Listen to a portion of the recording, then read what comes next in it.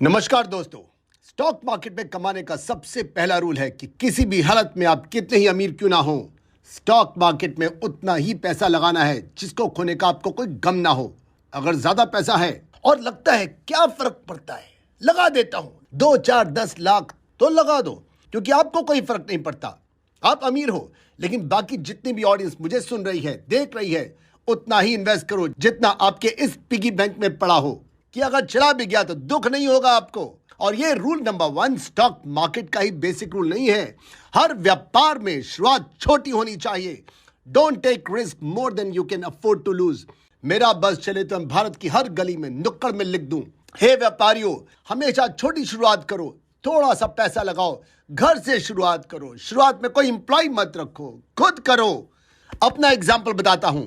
मैंने जब garments manufacturing शुरू की थी 1989 में, पूरा परिवार 2 कमरों के फ्लैट में रहता था। मम्मी टीचर थी, जेब में सिर्फ पॉकेट मनी थी, 10,000 थी, उम्र थी 25 साल। आपको एग्जाम्पल स्टॉक मार्केट के बाहर का दे रहा हूं, मगर सही दे रहा हूं। 2 कमरों के फ्लैट की छत हमारे पास थी, जिसमें एक 7x7 का कमरा था। छत पर जहां 1-1 हजार रुपए की मैंने 4 मशीनें डाली, पॉकेट मनी से डाली, घर से कुछ पैसा नहीं लिया। शुरुआत में नहीं चली, गलत स्टार्ट था मेरा ये। 4 महीनों के बाद बेच दी 800-800 रुपए में, नुकसान हुआ कुल मिला के 1,000 का। तब अकल आई, उस नुकसान ने मुझे बताया कि अगर मैंने शुरुआत बहुत बड़ी की होती तो नुकसान बड़ा होता। तब से लेकर आज तक मैं हर काम छोटा शुरू करता हूं। या तो वो काम फेल हो जाता है या चल पड़ता है, या तो मैं जीतता हूं या उस फेलियर से मैं सीखता हूं। तो रूल नंबर 1 है कि आपने उतना ही पैसा लगाना है जिसको डूबने का आपको गम ना हो। रूल नंबर 2 है कि आपने स्टॉक मार्केट में कभी कोई लोन नहीं लेना, कोई क्रेडिट नहीं लेना। मैं जानता हूं आप में से बहुत सारे एकदम से फुदक जाएंगे। जी हां, सही बता रहा हूं मैं आपको। आपको आपका ब्रोकर, वो बैंकर फोन पर बार बार कहेगा, सर पैसा नहीं है आपके पास, कोई बात नहीं, बैंक से उधार ले लो, सिर्फ 8% पर। बोलने दो उसको, बकने दो उसको बैंक से प्रेशर होता है, उसको बैंक के प्रोडक्ट्स बेचने हैं, उसका घर आपको लोन देने से चलेगा, मगर यह पक्का है आपका घर वो जरूर बर्बाद कर देगा। सुनो सबकी, करो अपने मन की।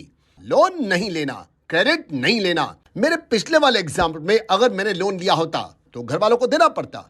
माँ तो स्कूल में नौकरी करती थी, मुश्किल से ले देकर एक घर था 2 कमरों का, वो बिक जाता। आज देश में हजारों किसान यही गलती करते हैं, लोन लेते हैं और बाद में पे ना कर पाने पर खुदकुशी करते हैं।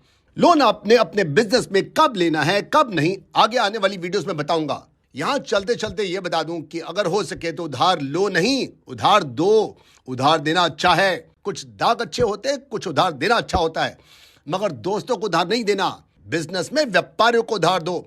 स्टॉक मार्केट में ब्रोकर्स, सब ब्रोकर्स उधार देते हैं, डबल कमाते हैं, ब्रोकेज पर कमाते हैं, ब्याज पर कमाते हैं। अच्छा, कई लोग बिजनेस लोन लेते हैं और शेयर मार्केट में लगा देते हैं, गलत है ये। और कई तो स्टूडेंट लोन को उठा करके शेयर मार्केट में लगाते हैं, ये भी गलत है। पर्सनल लोन को जरूर आप लगा सकते हो, मगर दोस्त लगाना मत। अगर खुदकुशी करने का शौक है तो ले लेना और खत्म कर देना अपनी जिंदगी, और रोता छोड़ जाना अपने परिवार को पीछे। लालच बहुत बुरी चीज है, मत लेना। रूल नंबर 3 में है कुछ डोंट्स। पहला डोंट है कि आपने अपना सारा पैसा एक पर्टिकुलर स्टॉक में नहीं लगाना। जैसे अगर वो शेयर गया तो आप भी गए। मैं खुद जब हर्षद मेहता के वक्त स्टॉक मार्केट में आया था, तब मुझे किसी ने गाइड नहीं किया, मुझे नुकसान हुआ। आप लोग तो फॉर्चुनेट हो भाई, आपके पास यूट्यूब है और सब एडवाइजर चिल्ला चिल्ला के बोल रहे हैं पैसे को डाइवर्सिफाई करो, डाइवर्सिफाई करो, डाइवर्सिफाई करो। फिर दूसरा, आपने एक पर्टिकुलर सेक्टर में पैसा नहीं लगाना। मतलब समझाता हूं, मान लीजिए आपने बैंकिंग सेक्टर को चुना और पैसा एक बैंक में नहीं लगाया, 4-4 बैंकों में लगा दिया, तो अब क्या गलत है? हो तो गया डाइवर्सिफाई। अनुराग, आप ही ने तो कहा था एक कंपनी के शेयर नहीं लेना, मैंने एक नहीं 4-4 के लिए हैं, तो अब क्या गलती है? है गलती। आपने एक कंपनी के शेयर नहीं लेने, आपने एक पर्टिकुलर सेक्टर के भी नहीं लेने। सिर्फ बैंकिंग सेक्टर में लगाना गलत हो सकता है, सिर्फ फार्मास्यूटिकल कंपनीज में लगाना गलत साबित हो सकता है। अलग अलग सेक्टर के शेयर्स में लगाओ। क्लियर हो गया आपको? और इसी तरह से भाई लोगों, एक पर्टिकुलर एसेट क्लास में पैसा लगाना भी गलत है। ये एसेट क्लास क्या हुआ है भाई? एसेट क्लास का मतलब है कि अपना सारा पैसा सिर्फ शेयर में लगाना गलत है, या अपना सारा पैसा प्रॉपर्टीज में लगाना भी गलत है। इसी तरह अपना सारा पैसा फिक्स इनकम जैसे एफडी में लगाना, बॉन्ड्स में लगाना, ये सब भी गलत है। तो क्या सीखा आपने? सिंपल है, आपने पैसे को अलग अलग जगह पे इन्वेस्ट करना है। Never put all your eggs in one basket. बड़े बूढ़े भी कह गए हैं अपने सारे एग्स एक बास्केट में रखोगे तो टूट जाएंगे। आज नहीं मगर लॉन्ग टर्म में कुछ सालों के बाद आप याद रखोगे मेरी एडवाइस को। ऐसे नहीं बाल सफेद हुए, रगड़ा लगा के सफेद हुए ये बाल। चले चलते हैं रूल नंबर 4 पर। अब रूल नंबर 4 कहता है कि आपको इन्वेस्टमेंट करनी चाहिए जल्दी से जल्दी। क्या उम्र है आपकी? 50 साल? देर कर दी, मगर अब शुरू कर दो यार। आपकी क्या है? 40? बढ़िया है, 50 वाले से तो बहुत बढ़िया है, मगर आप भी बहुत लेट हो दोस्त। और आपकी क्या उम्र है? 30 साल? आप बाकी दोनों से बढ़िया हो। शुरू करो पैसा इन्वेस्ट करना इसी महीने से। लेकिन अगर आपकी उम्र 20 है तो सोने पे सुहागा हो जाएगा। अभी से शुरू करो। लेकिन अभी क्यों? अभी तो मेरी सांस लेने की उम्र है, मौज मस्ती की उम्र है, यारों दोस्तों के साथ घूमने फिरने की उम्र है। दोस्त, जितनी जल्दी शुरू करोगे उतना मजा आएगा। सुना होगा आपने कंपाउंडिंग इंटरेस्ट का फंडा। जितनी लेट शुरू करोगे उतना पैसा कम बनेगा, जितना जल्दी शुरू करोगे उतना मोटा पैसा बनेगा। नए घर के लिए पैसा चाहिए होगा तो उसमें से निकल जाएगा, पढ़ाई के लिए चाहिए होगा तो भी मैनेज कर पाओगे, बहन की शादी करनी होगी तो पेरेंट्स का हाथ बटा पाओगे, और जब रिटायर होगे तब तो पैसा मोटा बनेगा ही बनेगा। कैसे? समझाता हूं आपको कंपाउंडिंग के एग्जाम्पल से। बहुत फेमस एग्जाम्पल है। मान लीजिए 2 बैंक हैं। एक बैंक आपको देगा हर रोज 1 लाख महीने के 31 दिन तक, और दूसरा बैंक देगा पहले दिन 1 रुपया, दूसरे दिन 2 रुपया, तीसरे दिन 4 रुपया, चौथे दिन 8 रुपया, और इस तरह से रोज डबल करता जाएगा 31 दिन तक। समझ गए आप? तो एक बैंक देगा आपको कुल 31 लाख और दूसरा बैंक देगा 1 रुपए का डबल हर रोज 31 दिन तक। क्लियर है?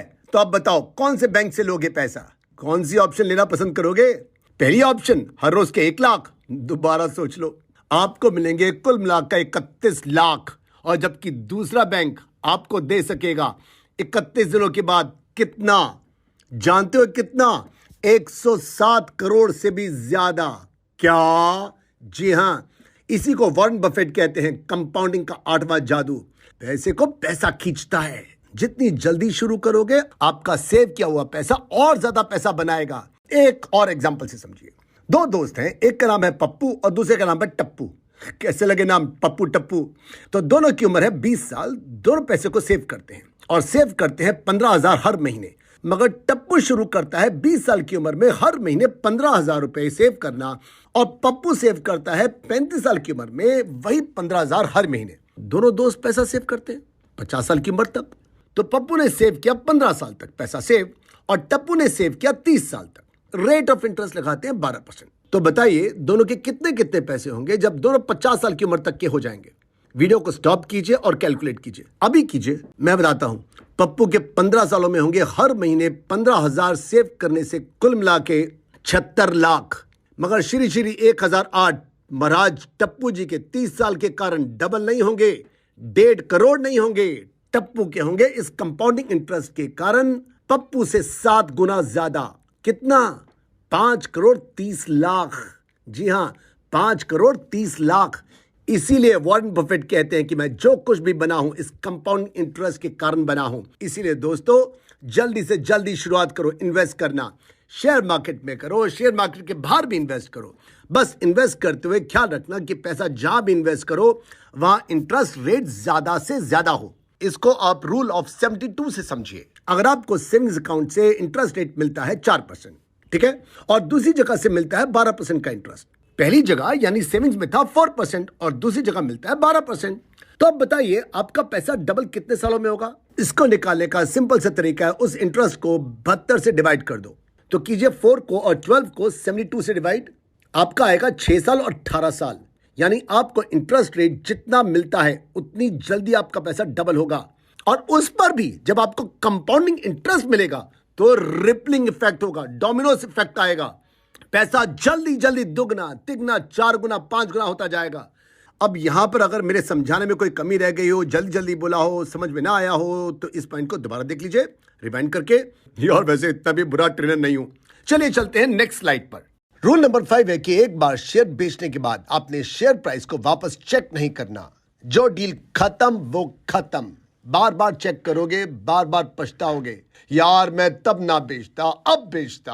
आपने जो किया ठीक किया, मस्त हो जाओ। डील अच्छी थी, बुरी थी, मिट्टी डालो, आगे देखो और इसको अपनी जिंदगी का भी नियम बना लो। आपने पुरानी कार बेची, बिक गई, पैसा आ गया, अब लोगों के फोन आते रहेंगे, ऑनलाइन ऑफर्स आती रहेंगी, मत चेक करो, मकान बेचा, बेच दिया तो बेच दिया, मत चेक करो, आगे देखो। इसी ढंग से शेयर बेचने के बाद अपने शेयर प्राइस को वापस कभी चेक नहीं करना। जो एक बार बिक गया वो बिक गया। चलते हैं रूल नंबर 6 पर। नेक्स्ट रूल है no stock is safe forever. कोई भी शेयर कभी भी 100% सेफ नहीं होता। कोई बिजनेस भी कभी 100% सेफ नहीं होता। हर चीज बदल रही है। जो स्टॉक आज ऊपर है वो किसी ना किसी दिन नीचे आएगा और किसी वक्त मार्केट से आउट भी हो जाएगा। हो सकता है उसकी वैल्यू रुपए से पैसों में रह जाए, से भी उसको बाहर निकाल दे। हाँ, बहुत सारे शेयर्स औरों से सेफ होते हैं और बहुत सारे शेयर्स बहुत ज्यादा सेफ होते हैं। तो आपने करना क्या है? पहला, जिन शेयर्स को खरीद रखा है उसको पीरियोडिकली चेक करते रहो, मार्केट पर नजर गड़ाए रखो। दूसरा, 4 बेंचमार्क बता रहा हूं जिससे कि आपको जिन स्टॉक में सबसे कम रिस्क है वो आपको मिल जाएंगे। कैसे ढूंढना है? 4 बातें। पहला, ये देखो कि उस कंपनी का रेवेन्यू लगातार ग्रो कर रहा है या नहीं। अब कंपनी का रेवेन्यू कैसे चेक करते हैं? उसको उसी ऐप में से पता लगाना बहुत आसान है। शुरू करोगे, देख देख के आ जाएगा। दूसरा, लैक ऑफ साइक्लिकलिटी। इसका मतलब है कि उस शेयर में बहुत ज्यादा उतार चढ़ाव न आता हो। बहुत ज्यादा ऊपर नीचे जाने वाले शेयर्स बहुत कम सेफ होते हैं। तीसरा, ये देखो कि क्या कंपनी के शेयर्स के डिविडेंड मिल रहे हैं और अगर मिल रहे हैं तो उन डिविडेंड्स पे क्या लगातार ग्रोथ हो रही है या नहीं। चौथा, देखो कि क्या उस कंपनी में कुछ खास बात है जो औरों में नहीं है। कोई कॉम्पिटिटिव एडवांटेज है या इसको यूनिक सेलिंग प्रोपोजिशन भी कहते हैं, यूएसपी भी कहते हैं। क्या उस कंपनी का प्रोडक्ट औरों से सस्ता है या उसके पास कुछ ऐसा है जो किसी और के पास नहीं। और ये कॉम्पिटिटिव एडवांटेज ड्यूरेबल हो, सस्टेनेबल हो, काफी समय से उस कंपनी के हक में हो, तो वो स्टॉक ज्यादा सेफ है। और मैंने कहा ज्यादा सेफ है। 100% सेफ नाम की कोई चीज नहीं होती, बता चुका हूं आपको। इस रूल को तो दिमाग में डाल लो। आपने लोगों के कहने पर नहीं चलना, किसी से फ्री टिप नहीं लेनी। कोई आपको कमा के क्यों देगा? खुद नहीं कमा लेगा। उसको बोलो जरा अपना पोर्टफोलियो दिखाना, पता तो चले कितने शेयर्स हैं तुम्हारे पास उस कंपनी के। होंगे ही नहीं उसके पास। टिप्स देने वाले अगर खुद इन्वेस्टमेंट करेंगे तो उनको समझदार कौन कहेगा? और अगर उनके पोर्टफोलियो में वो शेयर्स होंगे भी तो भी आपने नहीं लेना। तो क्या करना है? सुनो उस टिप को और अब खुद पता लगाओ, खुद मार्केट रिसर्च करो। शेयर मार्केट तो खुद ही करनी पड़ती है। टिप सुनो मगर आंखों पर पट्टी बांधकर उस टिप को फॉलो नहीं करना। ओके? या चलो एक काम कर सकते हो, हाँ ऐसे करो, चलो टिप सुनो और खरीदो 2-4 शेयर्स बस, और टिप्स लो और 2-4 शेयर्स ही खरीदो, बेचो। इनका हिसाब किताब अलग से बन जाएगा, आपके पोर्टफोलियो में दिख जाएगा साफ साफ। और कुछ दिनों के बाद देखो कि क्या कमाया और क्या खोया। देख लेना, गारंटी देता हूं आंखें खुल जाएंगी। खुद लगाया कमा के देगा, टिप्स से लगवाया नुकसान ही देगा। तो क्या करना है आपने? सिंपल है, सुनो सबकी, करो अपने मन की। जो शेयर मार्केट के ट्रेडर्स बहुत समय से होते हैं, एडवांस लेवल तक पहुंच जाते हैं, वो लोग अपने पास एडवाइजर्स रखते हैं। वो अपने नीचे ट्रेडर्स रखते हैं जिनका काम उनको कमा के देना होता है। उस लेवल तक कैसे पहुंचना है इसकी बात मैं आगे आने वाली वीडियोस में करूंगा। नेक्स्ट रूल है कि आपने स्टॉप लॉस को स्ट्रिक्टली फॉलो करना है। ट्रेडर हो, इंट्राडे ट्रेडर हो, follow strict stop loss. Stop loss होता है जिसमें आप शेयर्स लेते ही अनुमान लगाते हो कि कितना शेयर नीचे गिरे कि अपने आप बिक जाए, बिना मुझसे पूछे। अगर ये स्टॉप लॉस आप पहले से लगा लोगे तो लॉस उस लिमिट से नीचे नहीं हो सकता। अगर वो स्टॉक ट्रेडेड है तो नुकसान उस स्टॉप लॉस के नीचे हो ही नहीं सकता, तो आपके लॉसेस मिनिमाइज हो सकते हैं। और अगर आपने स्टॉप लॉस नहीं लगाया और शेयर्स के प्राइस गिरे तो आपकी लुटिया डूब सकती है। तो इसकी तो आपको आदत बनानी पड़ेगी। शेयर्स खरीदा और स्टॉप लॉस हाथ के हाथ लगाया, लेकिन स्टॉप लॉस लगाने के बाद आपने प्रॉफिट भी बुक करना है। एक प्रॉफिट सोच के रखो कि उस प्रॉफिट को अचीव करते ही शेयर्स को बेच देना है। अब आपने किसी भी शेयर के साथ कोई सेंटिमेंटल अटैचमेंट नहीं रखनी। जो भी स्टॉक कमा के देता है उसको रखो और नुकसान वाले शेयर्स को बेचो। आप मुनाफे के लिए शेयर मार्केट में हो, मुनाफे पर ध्यान दो। कोई भी स्टॉक हमेशा कमा के नहीं देता, अच्छे से अच्छे शेयर्स गिरते हैं। कोई अटैचमेंट नहीं रखना किसी स्टॉक के साथ। आपका एम हर वक्त सही होना नहीं होना चाहिए। हर वक्त सही आप कभी नहीं हो सकते। वॉरेन बफेट, राकेश झुनझुनवाला भी गलती करते हैं। तो आपका एम हर वक्त राइट होना नहीं होना चाहिए। आपका एम होना चाहिए कि जब जब आप राइट हो, सही जा रहे हो, मौका हाथ में है, उस वक्त फौरन चौका लगाओ। So your aim is not to be right all the time but to make money when you are right.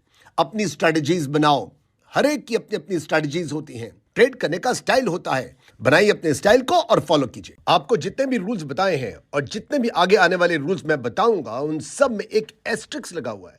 आप जानते हैं ना एस्ट्रिक्स क्या होता है? आप जब किसी एडवर्टीजमेंट को न्यूज़पेपर में देखते हो और उस प्रोडक्ट की प्राइस भी उस एडवर्टीजमेंट में लिखी होती है और उस प्राइस के ऊपर आपने देखा होगा एक छोटा सा स्टार बना होता है और नीचे जाकर लिखा होता है छोटे छोटे अक्षरों में उस एस्ट्रिक्स का मतलब। उसका मतलब होता है कंडीशंस अप्लाई। मैंने आपको जितने भी रूल्स बताए हैं और आगे बताने वाला हूं, उन सब में एस्ट्रिक्स लगा हुआ है, मतलब कंडीशन अप्लाई। आपको इन सब रूल्स को हर जगह पर आंखों पे पट्टी बांधकर एज इट इज अप्लाई नहीं करना, अपना खोपड़ा लगाना है। तो कंडीशंस अप्लाई। अंतिम रूल है, आपने अपनी चादर से ज्यादा पैर नहीं फैलाने। नया नहीं है, पुरानी कहावत है, जितनी लंबी हो चादर पैर उतने ही फैलाओ। या यूं कहो, जितनी औकात हो उसी हद में रह के काम करना है आपने। ज्यादा एक्साइट मत हो, ज्यादा फुदकने की जरूरत नहीं है। 2 बार प्रॉफिट क्या हो जाता है, लोगों को लगने लगता है अब तो 4 दिन के अंदर मैं बन जाऊंगा राकेश झुनझुनवाला, और 6 दिन में बन जाऊंगा वॉरेन बफेट, और 8 दिन में मैं बन जाऊंगा एलॉन मस्क। 2 बार का प्रॉफिट कमाना कुछ नहीं होता। सस्टेन करके दिखाओ। कम से कम 50, 60, 70, 80 बाइंग एंड सेलिंग देखो, या कम से कम 6 महीने, 8 महीने, 10 महीने तक देखो। Keep watching yourself, never be over enthusiastic ever. जितना भी पैसा है उसी में काम चलाओ। हार the mountain and small the steps and take the steps quickly. मतलब छोटे छोटे स्टेप जल्दी जल्दी लेने, छोटे छोटे स्टेप्स जल्दी जल्दी जल्दी जल्दी जल्दी जल्दी। All the best. लास्ट में दोस्तों, कैसी लगी ये बेसिक स्टॉक मार्केट के, नीचे कमेंट करके बताइए। और नेक्स्ट वीडियो आप कौन से टॉपिक पे चाहते हैं ये भी लिखिए। और मिलते हैं हम लोग नेक्स्ट वीडियो में। बाय बाय, शब खैर, ऑफ विडर्स, गुड नाइट।